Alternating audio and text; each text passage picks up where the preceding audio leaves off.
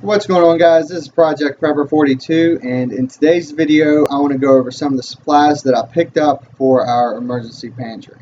But before I get going on that, I do want to let you guys know that I am adding a new series to this channel, which I'm super excited about. I can't wait for it to start to take off, and I'm so glad I have this opportunity, but I'm putting it out there, and that's where it's staying. I'm not going to say nothing else about it. You're going to have to stay tuned and keep watch to see what I'm talking about. But if you are new to this channel, I had, two different series. The first one is the food. I would go out and pick up a few things, and you go out and buy the same thing. So when a disaster does strike, you'll be prepared with some food and water. The next series that I have is the bug out bag series, or get home bag, whatever kind of bag that you're building.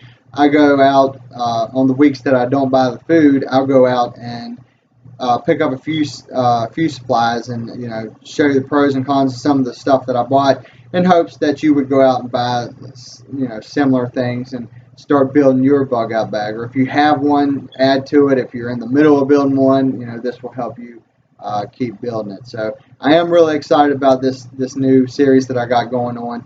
So just be on the lookout for that. Like I said, today I went to the grocery store and picked up a few things that I want to kind of go over the items that I did get. The first three things that I always start with is 3 gallons of water. I paid 89 cents for 1 gallon of water, which is an awesome deal. And I have my own little routine, because the water aisle is the first aisle that I go to first.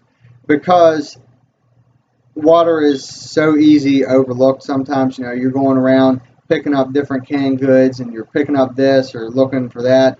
And water is so essential to survive a disaster, to life. It's number one, and so many times it's so easy to overlook it. So make sure you get your water, because you can survive for a couple of weeks without food, but you can only live for a couple of days without water. So make sure you stock up on that.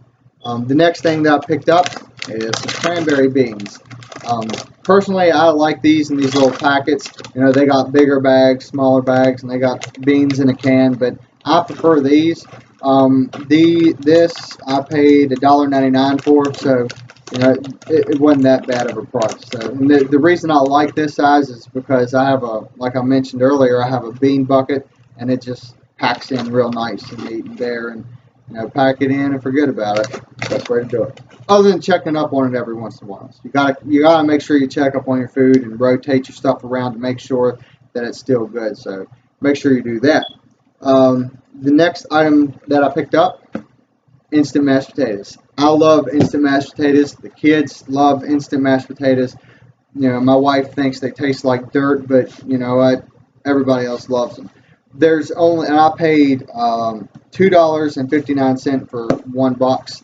The only downside to this is, there is about 21 servings in here, so you got a lot of potatoes in these two boxes. But the only downside to this is, if you take this box and you start shaking it, you're going to have a big pile of potatoes. There's nothing in here to keep the potatoes from falling out. They're just loose powder everywhere.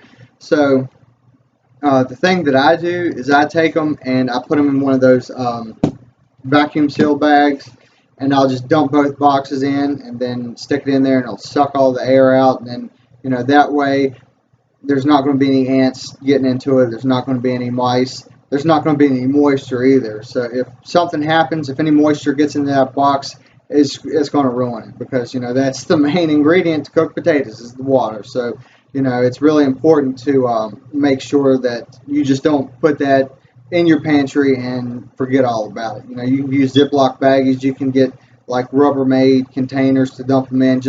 I would not just leave them up there like that, because it is very easy for something to get into it.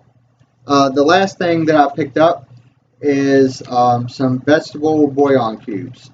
These normally are $1.59, and this was a manager special for 79 cents, so that was awesome. Altogether, I paid $11.82, which is not bad. I know I went over the $10 thing, but it's probably due to this and then a few other. But $11 bucks each time, 10 bucks, 11 bucks, whatever it is. When you go out, you know, you're going to start seeing this stuff start to accumulate.